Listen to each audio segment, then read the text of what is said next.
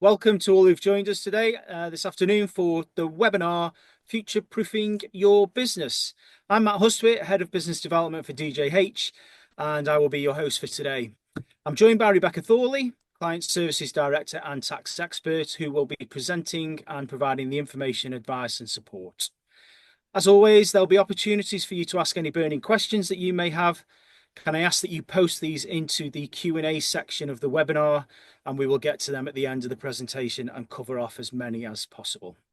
I just want to let everybody know that today we are recording the webinar, and without further ado, I shall pass over to Rebecca. Thank you very much, Matt. So good afternoon, welcome everybody. So this is our webinar about changes to national insurance, national minimum wage, and how to build resilience into your business. So this is just a little bit about me. So as Matt said, I'm Rebecca Thorley, one of the Client Services Directors here at DJH. I am dual qualified for my sins, so that just means that I'm a qualified accountant as well as a qualified tax advisor. And I look after a portfolio of clients here as a director. So as well as doing all the accounts and tax, I like to look after my clients, help them plan for the businesses for the future, as well as helping them with strategy and just looking after them all round. So what we'll be covering today, like I said, we've got the changes to the national minimum wage as well as employers' national insurance, the impact that these are going to have on your business, how you can prepare for these changes, as well as how to build some resilience in your business. And we'll be actually giving you some 8 practical strategies that you can hopefully take away and implement into your business, of which ones you find more appropriate to you. So first up, a reminder of the changes that were coming. So these were announced in the budget last October. These changes are coming in at the start of the tax year, which is the 6th of April, 2025. So this will be starting to affect your payroll from that date. So there was a couple of changes that got announced. So the first is the rate and what you pay employers' national insurance on. So this rate is actually increasing by 1.2%. So that will take employers' national insurance from 13.8%, which you currently pay this tax year, and that will be increasing to 15% in the coming tax year. That change was coupled with a reduction in the threshold. So not only is the rate that you pay increased, the threshold has decreased and when you actually start to pay that. So at the moment, you'll start to pay employers' national insurance when employees' salaries or wages costs are above 9,100. From the 6th of April, that's going to get reduced to 5,000. So you've got a double whammy there in terms of the changes that are coming to do with national insurance. Now, some good news that was announced in the budget, and this applies for all businesses now, that the employment allowance is going to increase from 5,000 that it currently is to 10,500. So this is the allowance that every business will now get. So you won't pay any PYE or national insurance for the first 10,500 of your total bill in your business. Now that used to be capped if you had a PYE bill of over 100,000. That's now been scrapped. So this is available to, I'll say most businesses. There are a few caveats within that, but most businesses can now access this. So one of the important actions to take away from today is to actually make sure that you are claiming that employment allowance. It's not automatic. You have to put it into your payroll system. So if your payroll is handled by us at DJH, we will do this for you. If you are running your payroll yourself, or you are using a payroll bureau or something similar, just make sure that there's a box that is ticked in your software so you are claiming the allowance. You'll know if it has, because your first monthly bill that it should be reduced by 10,500, or your first few monthly bills should be reduced if your liability is not big enough to use the 10,500 in month 1. So it is really, really important just to tick that box so you can get that employment allowance. If you don't tick it, or you haven't ticked it in previous years and you think you're entitled to it, there is a way that you can contact HMRC to get it back, but it's just easier and better for your cash flow if that money never leaves your business in the first place, rather than waiting for HMRC to refund that money back to you. So what do these changes mean to your business? So we've done a little bit of a maths exercise because everybody likes a little bit of maths on a Thursday afternoon. So in terms of the threshold change, so like I said, the threshold is decreasing from 9,100 to 5,000. So for every single employee that you have, that threshold's reduced. And if we multiply that by the 15%, which is going to be the new rate of employers' national insurance going forward, it's going to cost your business £615 more per employee that you employ.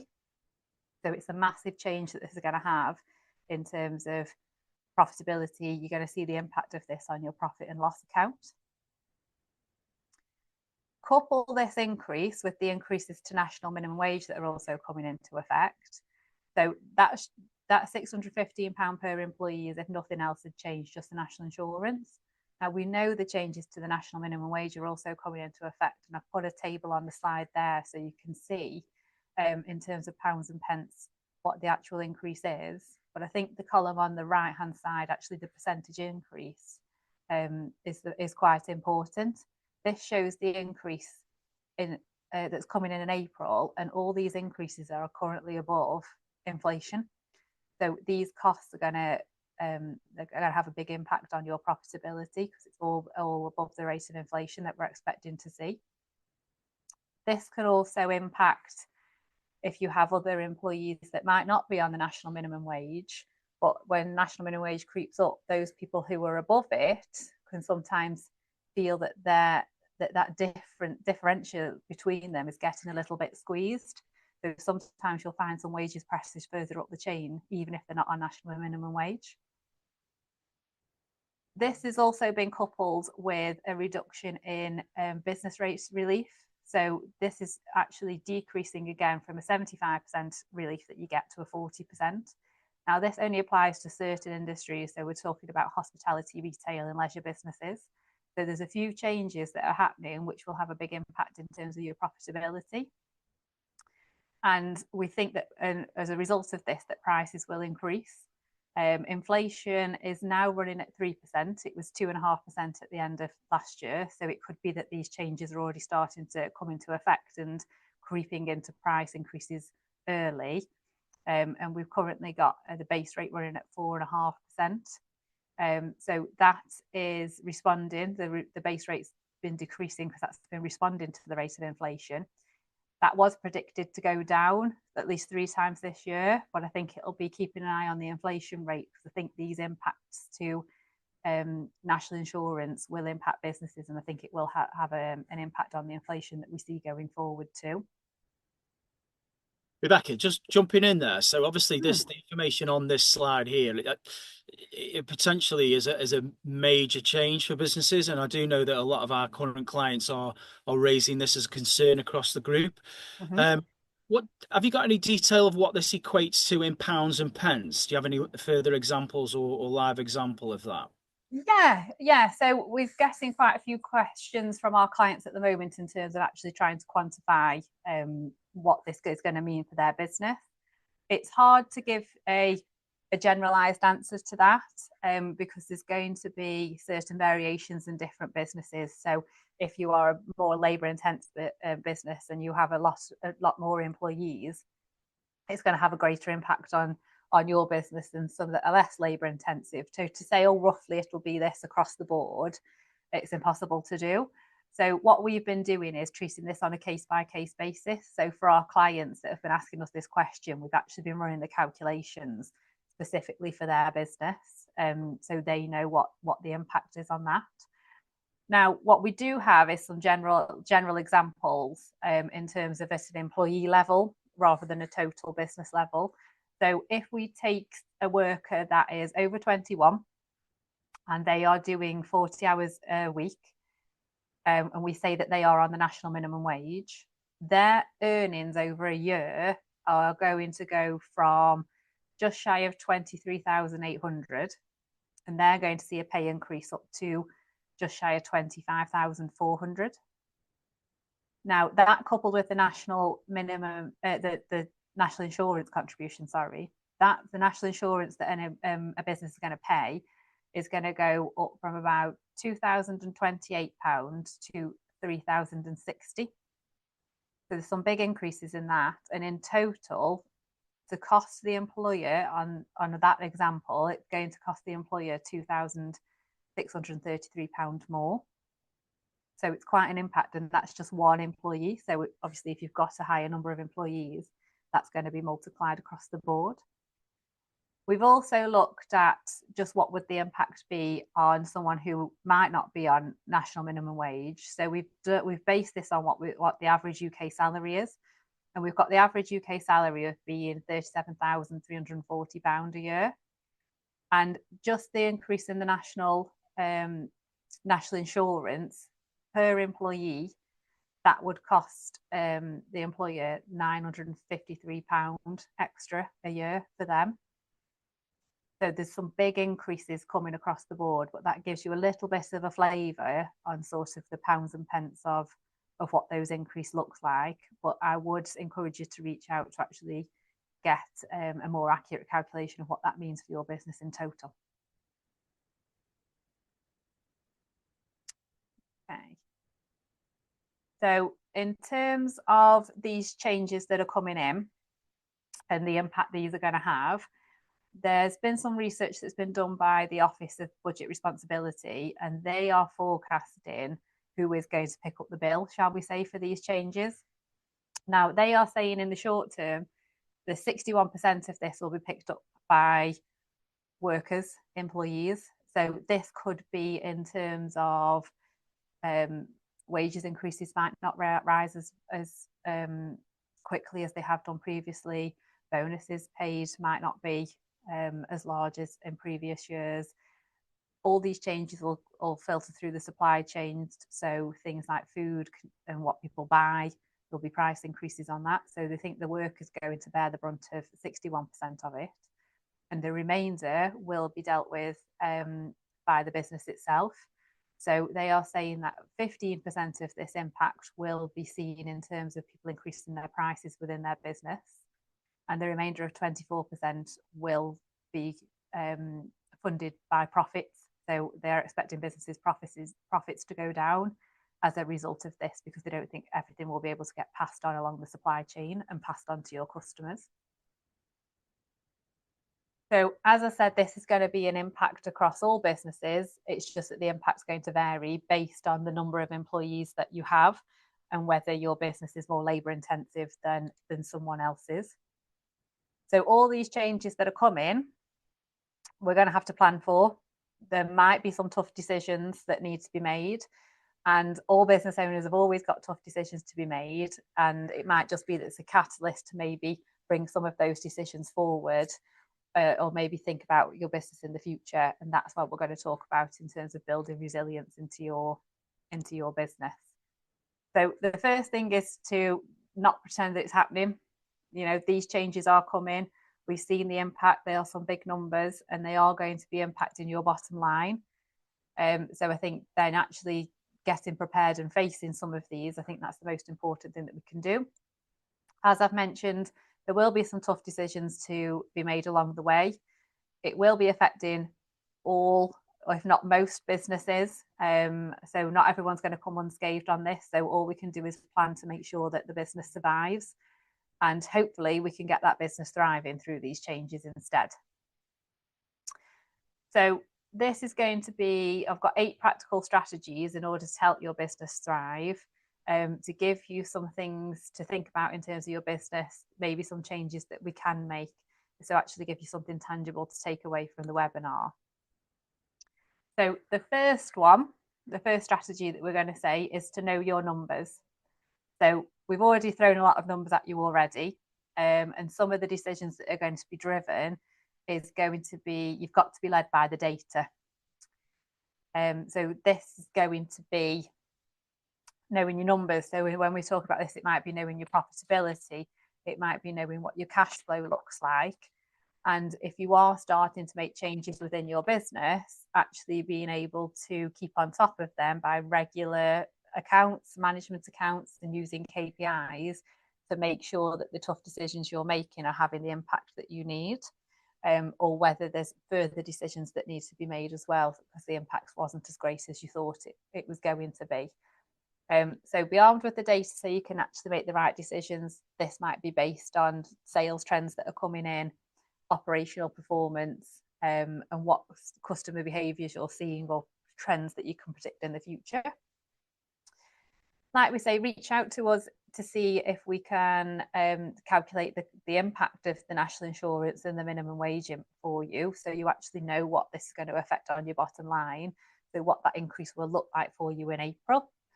As I say, stay on top of your numbers in terms of keeping regular management accounts and KPIs, so you know if the strings that you've pulled are having an effect.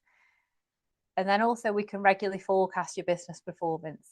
So when we're talking about management accounts and KPIs, they're very retrospective looking. That's what's happened in the past. We also need to keep our eyes in the forward as well, and actually see if we can predict what's coming, and see if we can see any bumps in the road or anything that we might need to plan for by forecasting the business and what impacts some of these changes may have in the future for you as well. And we'll do that through some forecasting, and we can say, okay, well, this is what we think is going to happen, but what if this happens? What happens if I lose this customer? What happens if this customer doesn't pay me on time? And we can run several different scenarios to see what the impact of these things might look like on your business to help you make some of these decisions too.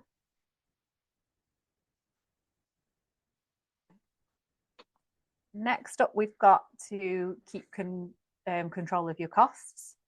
So costs are going up. We know the prices are going to increase. And sometimes when you're busy running your business, working on your business, there can be certain indulgences that can creep in. So I always say to look through every line in terms of your profit and loss, to see if there is anything that you can change, anything that you might be able to cut out of your business that isn't giving you the output that you need. And there's not going to be something that you completely scratch and say, right, well, I don't need to spend any money on this or any money on that. It's going through line by line and having a look to see where you can save maybe 1 or 2%. And it might not seem like much, but once you've added all those 1 and 2% up, it can add up to quite a significant number. There's not going to be one thing that you can do that is going to radically change your business. It's going to be lots of little things that you can have a look at that will have an overall impact. We've also said to streamline processes. So sometimes have a look at your operations. Again, sometimes inefficiencies can creep in because we're doing what we've always done.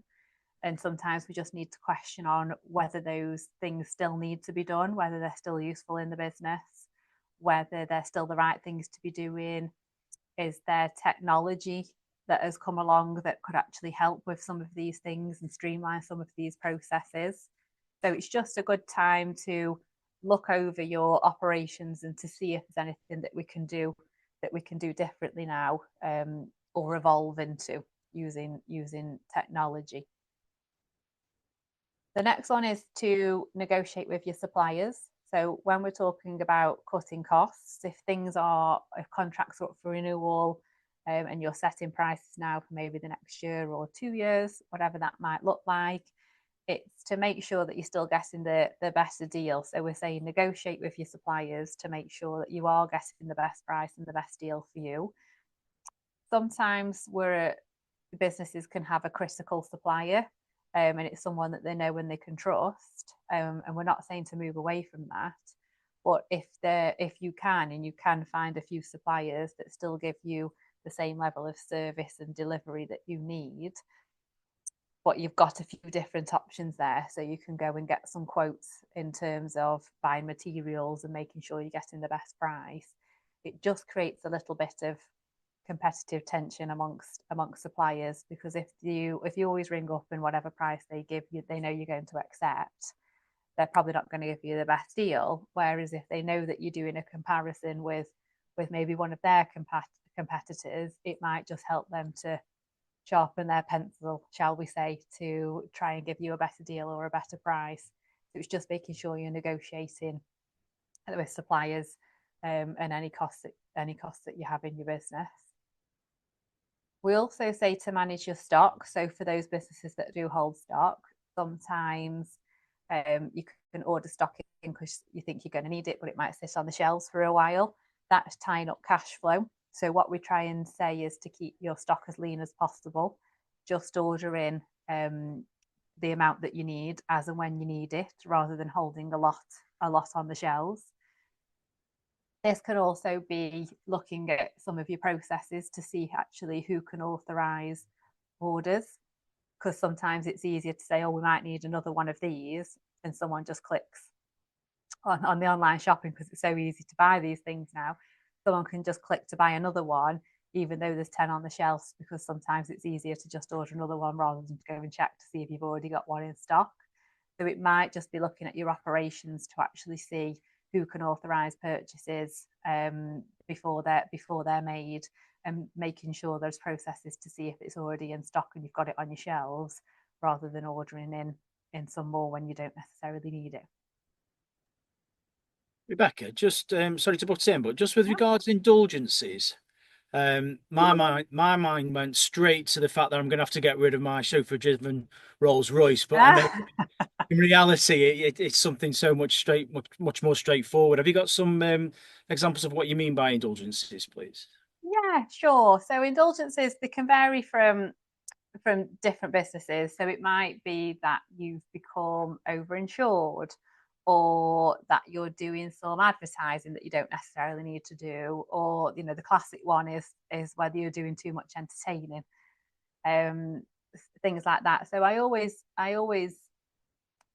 compare it to sometimes when you go through your own personal finances, and sometimes you can go through your bank account and you go, well, what actually is that direct debit for?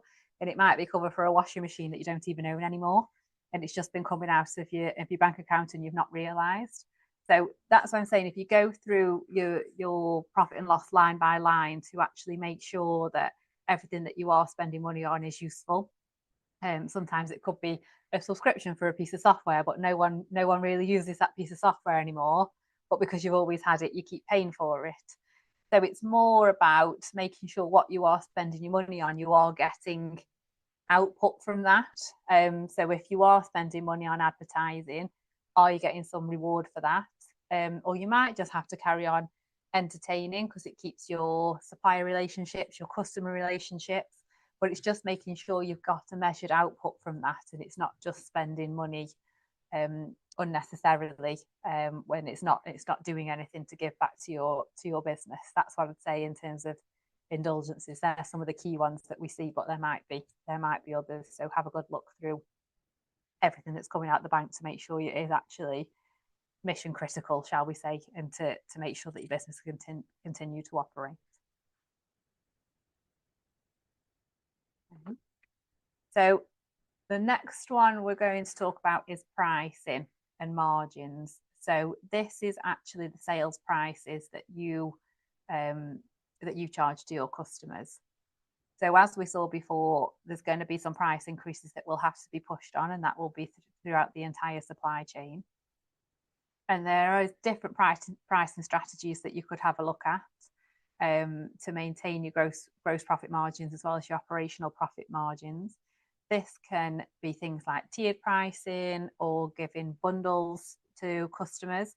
And this is all about reviewing your offerings to see if there's any other strategies that you can employ to give your customers flexibility, so they still carry on buying from you, but they might want to go to like a lower tier option that costs less, so that the bronze level of service, but you can still offer a gold level of service to other customers who still want to pay that premium for fast delivery or whatever that looks like for you. It just gives your customers a little bit more of flexibility, so they still remain loyal and still continue to buy from you. It just might be in a different way. Linked to that, by doing some of these pricing strategies, is also seeing if you can upsell or cross-sell to your existing customers. So we all know it's very easy to look after a customer that you've already got than trying to find new customers, because there's onboarding costs or costs to actually find these people and get them signed up to your business. Whereas it's much easier to say, well, these are the existing customers that I've got. Is it possible that I can sell more to them, give them extra services, do more for my existing client base? And that and also links to customer retentions as well. So actually looking at your client base, who are your key customers, to make sure that you're really, really still looking after them, focus on who they are and people that you enjoy working with. Also with customer retentions, it might be looking at, you know, people that maybe you don't enjoy working with. They can be a little bit of a pain, or they're also trying to squeeze that last £5 or £10 out of you to try and get the best deal, and they might just move. They might be a bit more of a transient customer if all they're focused on in terms of cost rather than valuing what you do and building a relationship with you. So sometimes when you think about customer retentions, when I talk to my clients about this, sometimes they worry about, well, what if I lose that client or that customer? So on the right hand side of the screen, what I've come up with is a table, and what this is showing us is how much your sales can decrease following a increase in prices before your gross profit margin drops below where it currently is. So if I try and give you an example to put some meat on this, if we say that your gross profit margin at the moment is 40%, and you are going to increase your prices by 10%, on the table here, it's saying that you can actually reduce your sales volume by 20%. So you can actually have a 20% reduction in turnover and still be making the same amount of money because your prices have gone up. And I think people sometimes worry when they put their prices up, what if I do lose that customer? Well, in this scenario, you'd have to lose 20% of your customer base or 20% of your sales before you're making less money. So it's always an encouragement, I think, then to actually say you can put your prices up. And even if you do lose a few, I know it's not very nice when you've worked with some of these people for a long time, but it can free your capacity up by 20%. So that might be that you are not having to sell as much to make the same amount of money. Maybe you don't need as many employees, and you can naturally, when people leave, you might not need to replace them. You might be able to downsize to a smaller unit. It could look like different things for you. But out of that 20%, you could still use that time to maybe go and look for new customers and look for people that value the relationship more. The alternative to that is if you don't put your prices up, you're at risk of being a busy fool, of where you might be doing a lot more volume, but you haven't put your prices up and your margin is just getting eroded. It's just getting squeezed over that period of time. So that's why we'd always encourage you to have a look at it. And I know it's going to sometimes be daunting, but this table will show sort of what you can afford to lose, shall we say, without being too arrogant about it. But it just shows what volume you can lose to actually still make the same amount of money. So I think that's really, really a useful resource, and we'll share these afterwards so you can digest that a little bit more, because there's a lot of numbers on the screen there.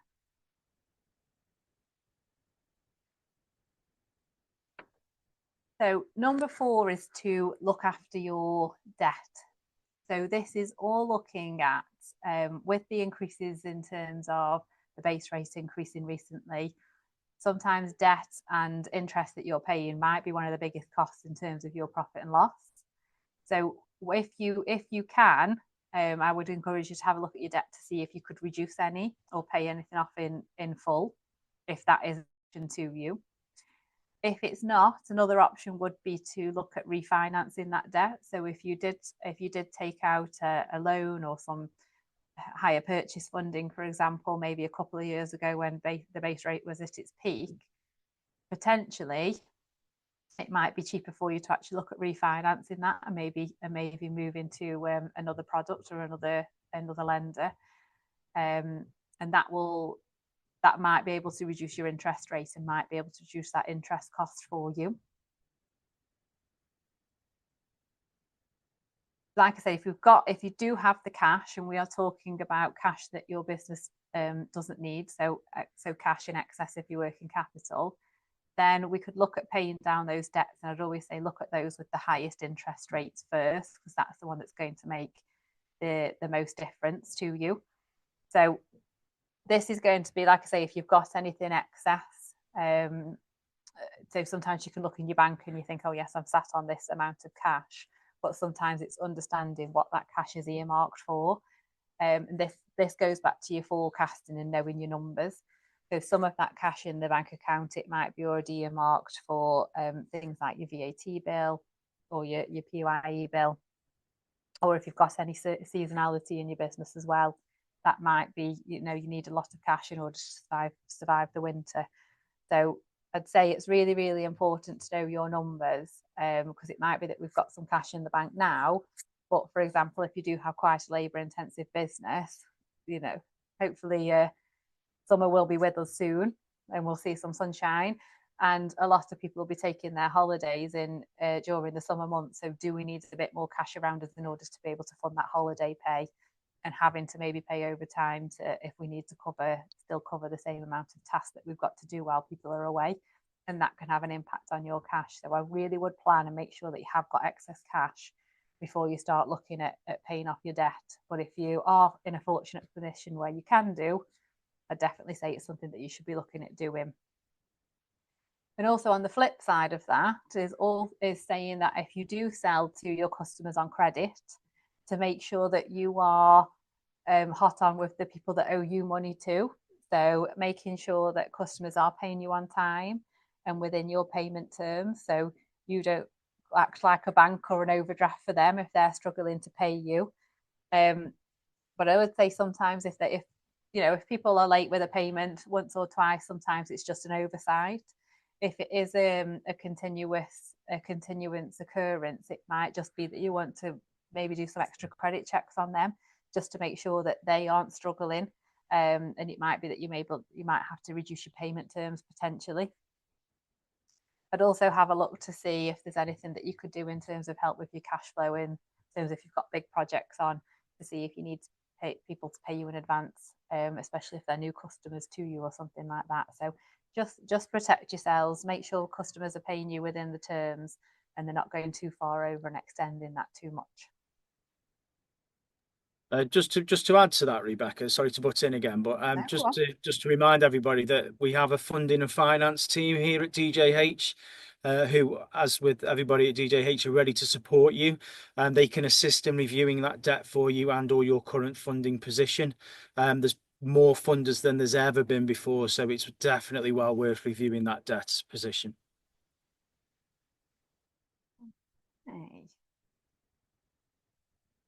Okay, so next up we've got cash. So as the saying goes, cash is king. So having a healthy bank balance is always going to be a tick in the box. And we always say if we can then have a look at the cash flow forecast that's come in. So if you can forecast your cash flow, even if it's in the near terms of the next 8 to 12 weeks, of the cash that you're expected to hit your bank account, as well as cash that is expected to leave your bank account, and see if there's anything in there that might be causing pinch points, when you might need a little bit of extra cash around you, and what you can do in order to help that happen. This is when it comes into what if scenarios, and it says, oh, I'll be okay if that customer pays me on time, but what if that customer doesn't pay me on time? How am I going to run the business? If I got any really critical payments that must be paid, so therefore do I need to get hotter on with my credit control and make sure customers are paying me on time? Or if I am paying suppliers earlier than terms, perhaps this time I just need to extend and pay them on the terms, or have a conversation and just say, oh, is it okay if I've just pay this one a couple of weeks late? It's just working with your customers as well as your suppliers to make sure you're identifying any pinch points in terms of what could happen. This also goes in terms of maintaining healthy cash reserves as well. So making sure that you have got a buffer and having some of this excess cash. So this is the balance between, do we pay debts and how much cash we keep in the business? But having a buffer will always just give you that little bit more breathing space in case something does happen that we couldn't possibly have predicted. And this is when we always say it's beneficial to have 6 to 12 months worth of cash reserves in the bank at any one point in time. So as the pessimistic accountant, if doomsday does happen and someone doesn't buy off you for another 6 to 12 months, you've got enough cash to continue to operate the business. and be able to replace that. So whether it's a new customer, a new project, a new tender, whatever that is, it just buys you that little bit of breathing time. Make sure you've still got the operations and all your good people around you, because when things do turn a corner, you've still got all the operations there, so you can carry on trading at the level that you were. As I also mentioned with cash reserves, it's always nice to, like I say, see what you've got in the bank, but see what's earmarked for different things. And this is when your forecasting comes in, because you can then start planning for, larger, lumpier payments, such as your monthly PYE. You might have a quarterly VAT bill. You might be paying your corporation tax 9 months after, and that's quite a chunky number that can sometimes catch people out. So it's just knowing what cash you've got in your bank, less what it's earmarked for, if you have got certain payments to make. So next up, we've got diversifying your business, and this can be if you are perhaps too reliant on one key customer or a few customers, or if you are reliant on customers, all your customers are in the same industry or the same space. So this is then saying if you become too dependent on one or two customers and they stop buying off you, what impact is that having on your business? And that would have a massive impact if these people represent a large proportion of your sales. So diversing that is then saying, well, is there any way that we can open that up to target maybe new markets? How do we get new customers on board, and things like that, just so we become less reliant on maybe the trends of one or two customers, or we become less reliant on trends within various industries, so they don't have such a knock-on impact on your business too. So this can be, like I said, looking at new markets, looking at customers' trends, market trends, to see if we can predict what's coming or what customers might want from us in the future. It could be up in your marketing spend and getting a new salesperson to attract new customers. Again, the important bit there is if we're spending that money, we just need to make sure we're getting an output from that. So it might be having a KPI to see actually what new business has been won as a result of that, and making sure if we've got several channels, making sure where we're spending our money, we're actually getting something back from that spend.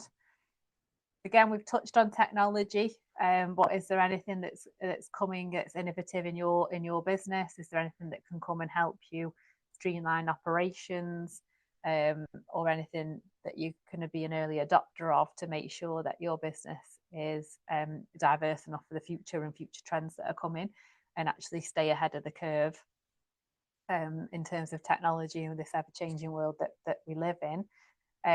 Some technologies that we're seeing can help streamline processes, a lot of administration processes. So sending emails out, or maybe doing automatic emails to chase debts in for you, rather than that can just be done at a click of the button, rather than relying on somebody to do that for you. So there's some streamlining efficiencies that you can be seeing in your business, and whether you can get ahead of and try and predict them and get ahead of when these changes come in.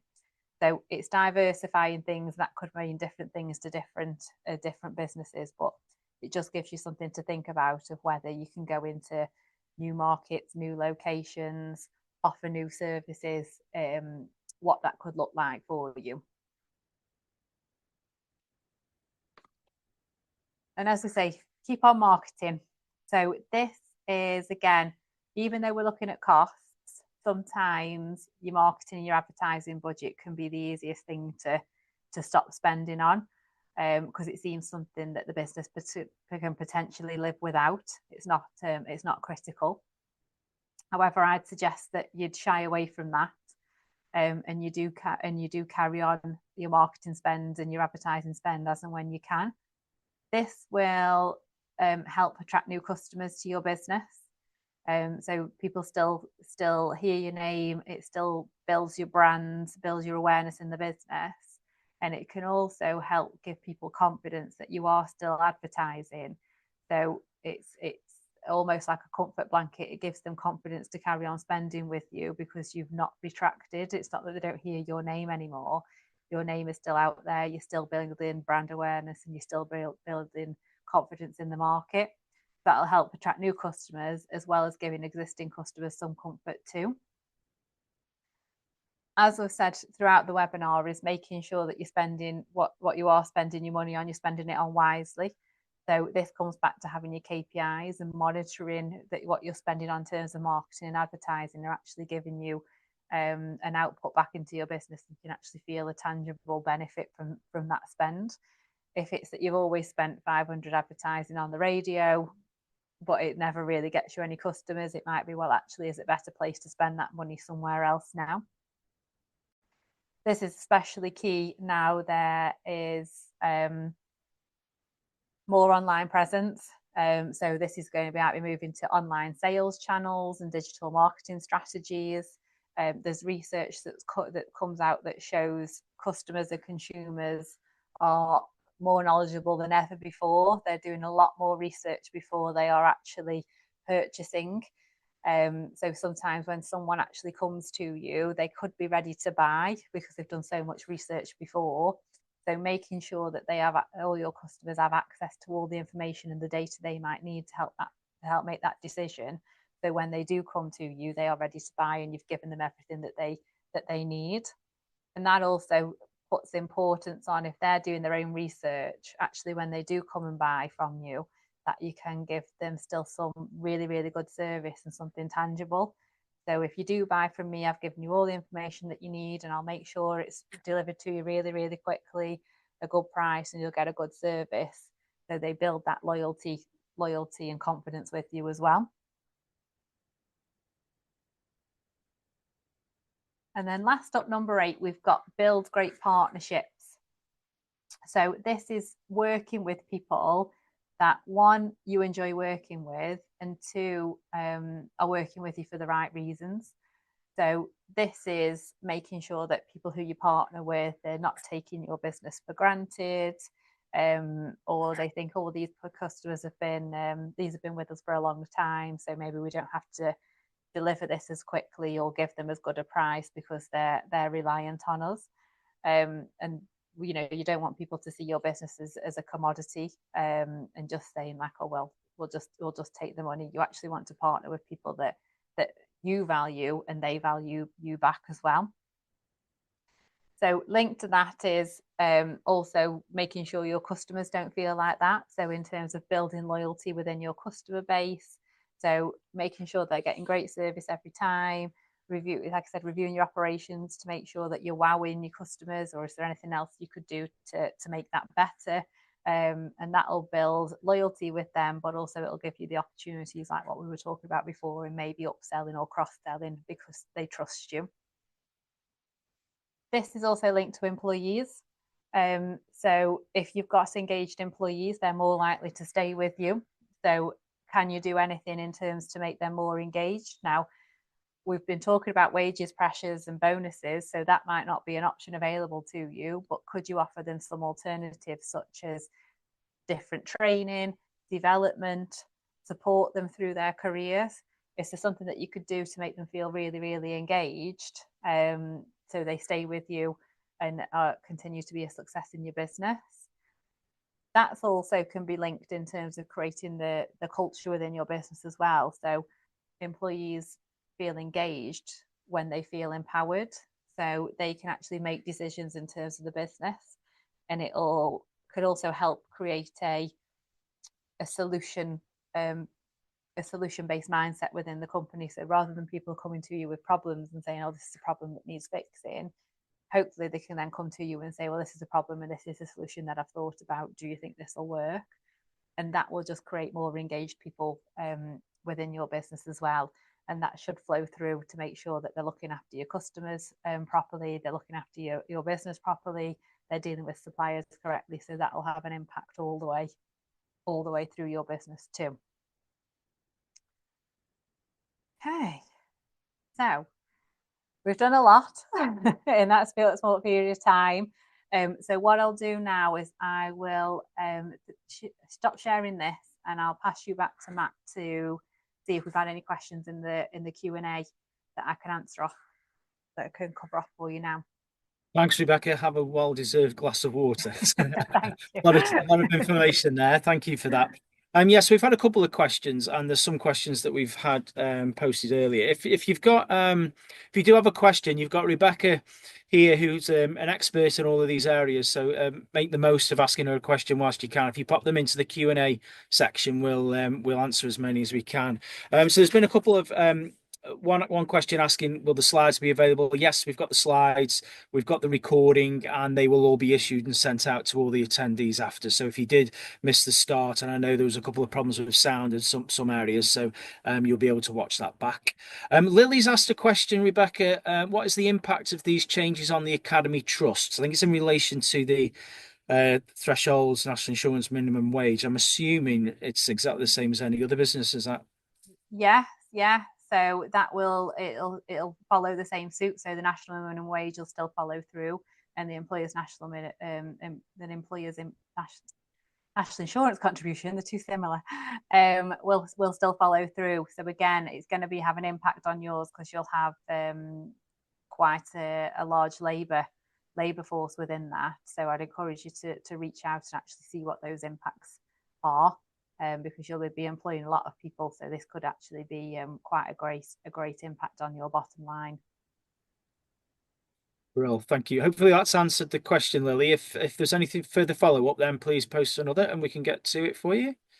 Ken has asked, for single director companies, will it still be the case that if a second employee is paid above the secondary threshold for any period, even for a week, then the employment allowance can still be claimed?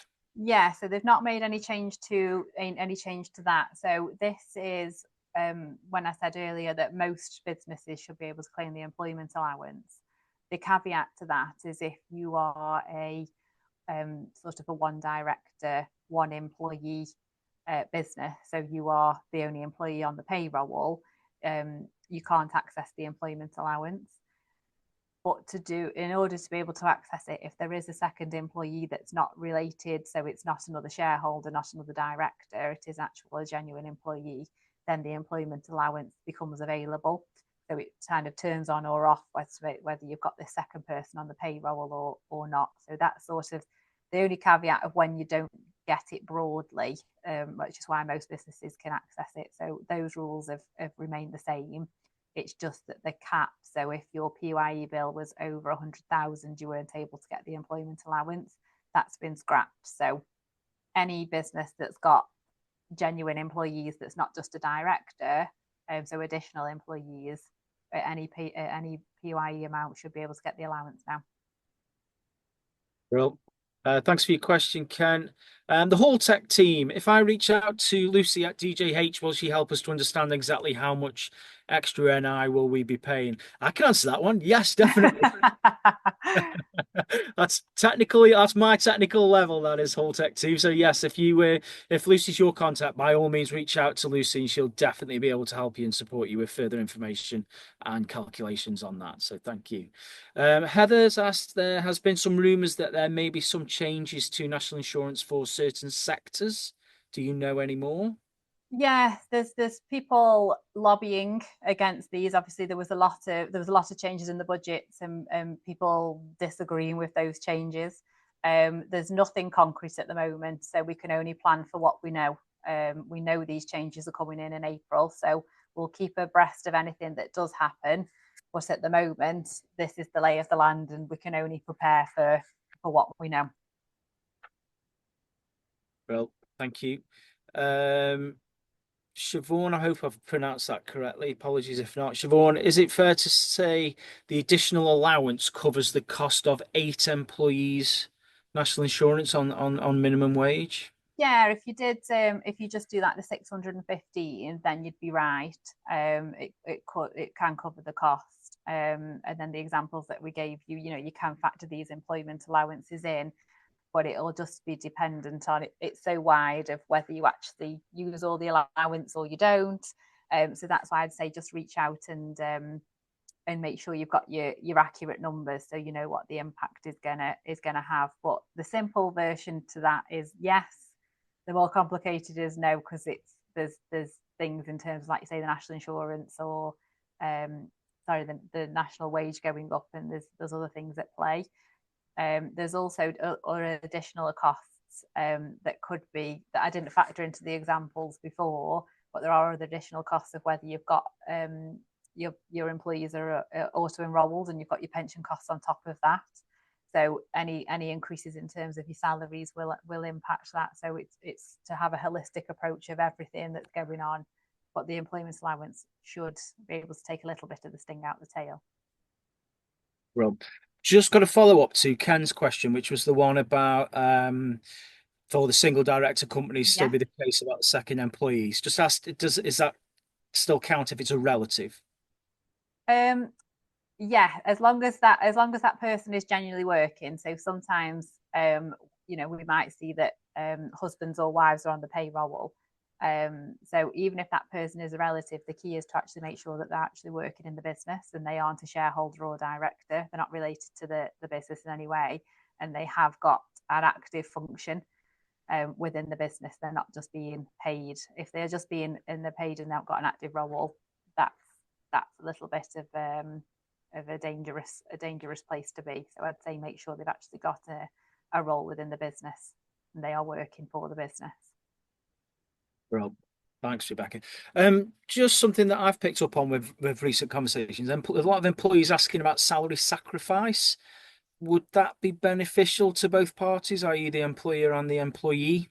Yes, it can be. So with salary sacrifice schemes, this is when an employee says, okay, well, I want to reduce my salary in favour of having some other sort of benefit. That could be a pension contribution, that could be a company car, or sometimes we see private medical or dental care included in that. So it does help in this situation, because what the employee is saying is, can you reduce my salary by a certain amount and I will have this benefit over here instead? Now, because you are reducing their salary, what's going through the payroll is reduced. So therefore, the amount that's subject to employers' national insurance is reduced.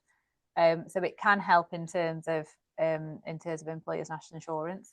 If you're going to be giving them another benefit, if it's something like pension contribution, so I'll reduce my salary by 5,000, and then the employee, so you will make a contribution to their pension instead.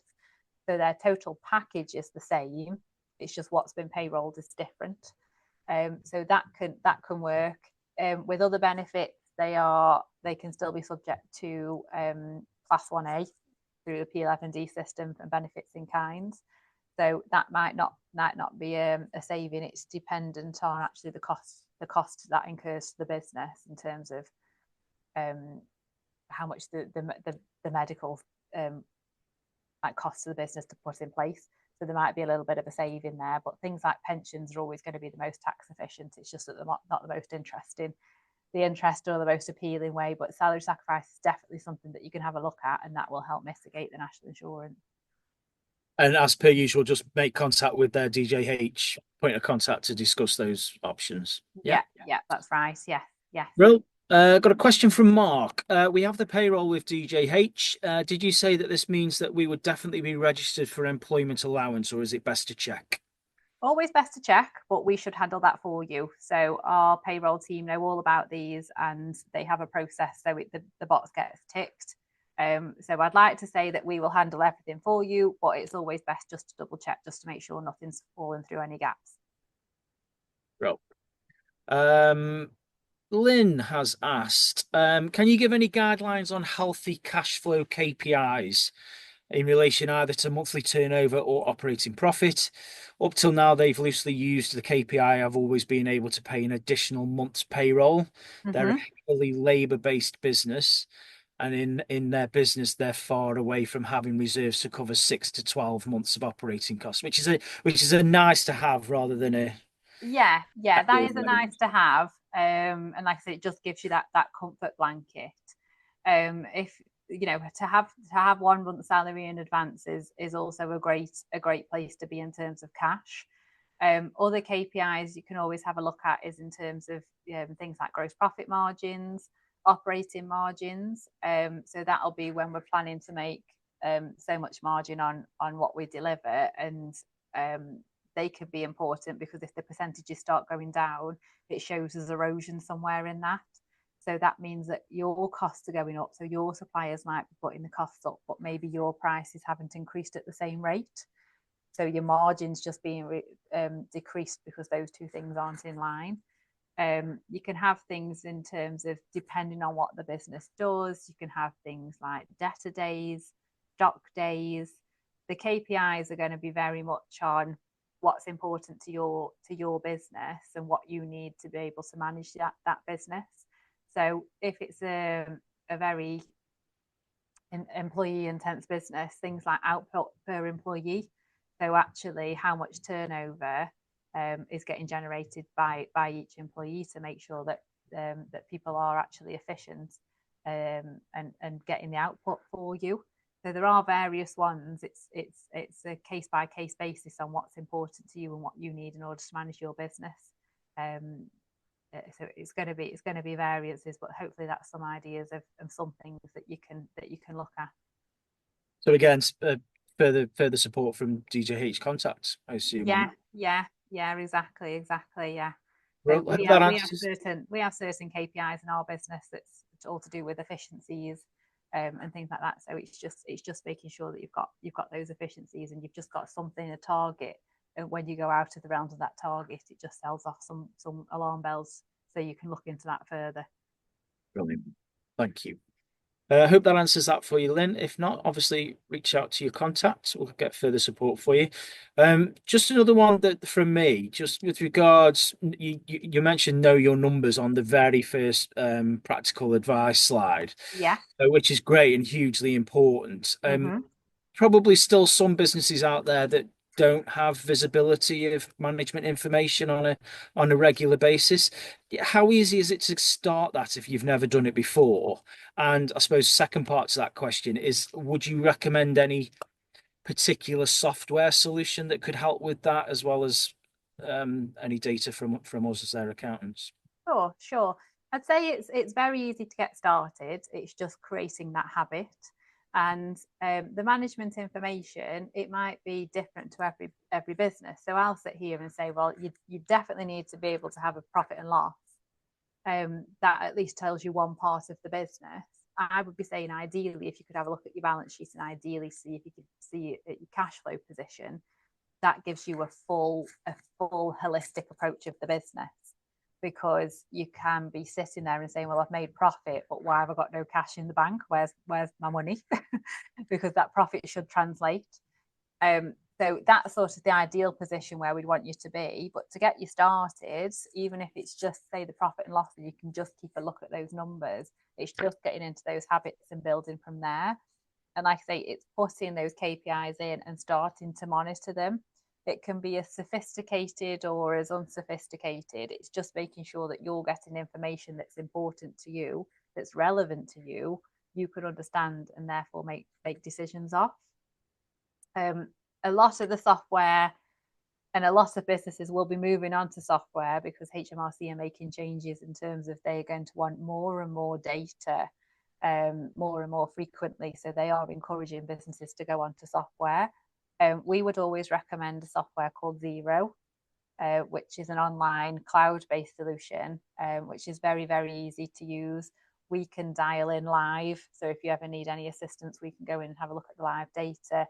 We can help you set it up. We can help make rules to say, you know, if something comes into the bank that says this, do this with it. So it gets rid of a lot of the manual input in. So you're not having to type in individual invoices, individual bank lines. We can do it so it streamlines a lot of the process for you to make it as painless as possible. Brilliant. Thank you. And one more. So if you've got any questions, pop them on quickly for us, please. But one more at the moment. The employment allowance is split between associated companies. Yeah, so this is if you have more than one company, so you might be operating two companies. If they're under the control of the same person, you usually choose one. So you can't split it between the two. So you can't say, well, I'll have 5,000 here, 5,000 here.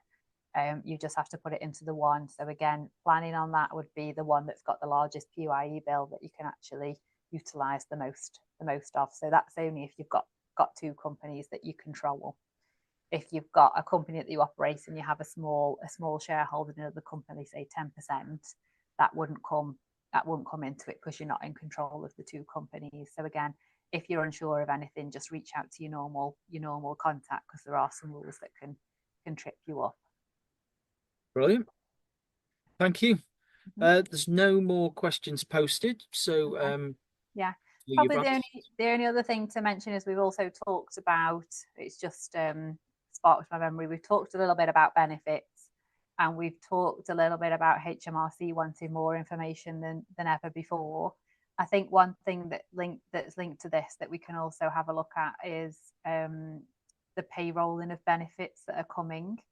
So HMRC are changing the way that we record our benefits in kind. So the most common ones that we see are company cars, directors' loans, private medical. So things like when we were talking about salary sacrifice and actually saying, well, they want different benefits, they are changing. So at the moment, you'll usually complete an annual P11D, and it's a process once a year. So from April 2026, so not this April, the following April, all these benefits are going to have to get reported via your payroll instead. So you're going to have to do monthly or weekly submissions depending on how you pay your employees. So I think that's an important thing to be aware of, again, so you can start planning. And at the moment, everything's going to have to be reported through a payroll from next year, with the exception of employment-related loans, so directors' loans accounts typically, or employment-related accommodation. So most of the common ones we're going to have to start reporting into with the payroll. Now, you can early adopt, and if you can I'd encourage you to early adopt. So you can to say, well, I want to start payrolling some benefits from this April. And if you want to do that, you've got to be registered with HMRC before the 5th of April 2025, which is the last day of the tax year, in order to do this. And I know it seems like an administration burden, but I'd encourage you to seriously give it some thought, because again, when we were talking about processes and making sure things are as efficient as possible, it gives you 12 months to make sure that your business is actually can actually keep up with this and is actually resilient enough to this. And while it's a trial period and HMRC isn't going to be charging penalties, or if you do get it a little bit wrong, you've got the safety net of the annual P11D still to just say, we didn't quite report that right, and I've reported it now. It just makes sure that you've got systems and processes, and you can maybe make these mistakes or make a few errors and learn from them along the way. And you've got 12 months to practice, rather than when it hits and then you've got to go into the system from next April 2026. You don't have to payroll everything. So you could just say, look, I want to early adopt, but I just want to early adopt for this one thing. So it just gives me a trial so I can see what it's going to be like, and the information that's going to have to go over to your payroll team, or if you do the payroll yourself, what you're going to have to report. So I would encourage you to early adopt, just to make sure that you've got that change on the horizon, and you're just buying yourself as much time as you can to get used to some of these changes when HMRC is a little bit more forgiving than it is when it's a mandatory policy. So I'd encourage you to have a look at that too.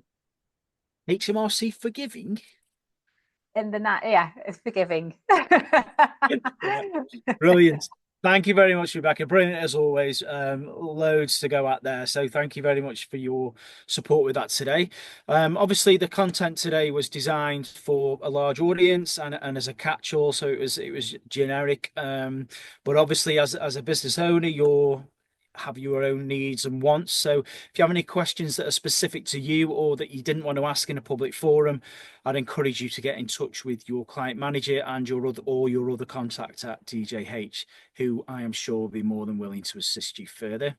Alternatively, my details are there. You can always contact me. I promise I won't give you any technical advice, because you don't want my technical advice, but I will certainly be able to put you in touch with the right person to give you that technical advice. So please reach out to me.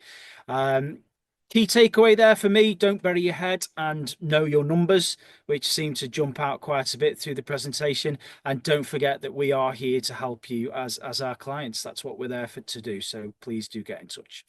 If you don't already, you might want to make sure that you're following us, DJH, on LinkedIn. We'll promote future webinars through there, but it's also a great source of valuable information from the DJH team about updates and things that you need to be aware of in the business. So always good to keep informed through LinkedIn. As mentioned at the start, the slides and the video link will be sent out following the webinar in case you've missed anything or you want to refer back. And that just leaves me to say a huge thank you to Rebecca for your time today and your knowledge and fantastic delivery of the subject today. So thank you for that. And thank you to all you for joining us. And we hope to see you all again soon. Thank you very much.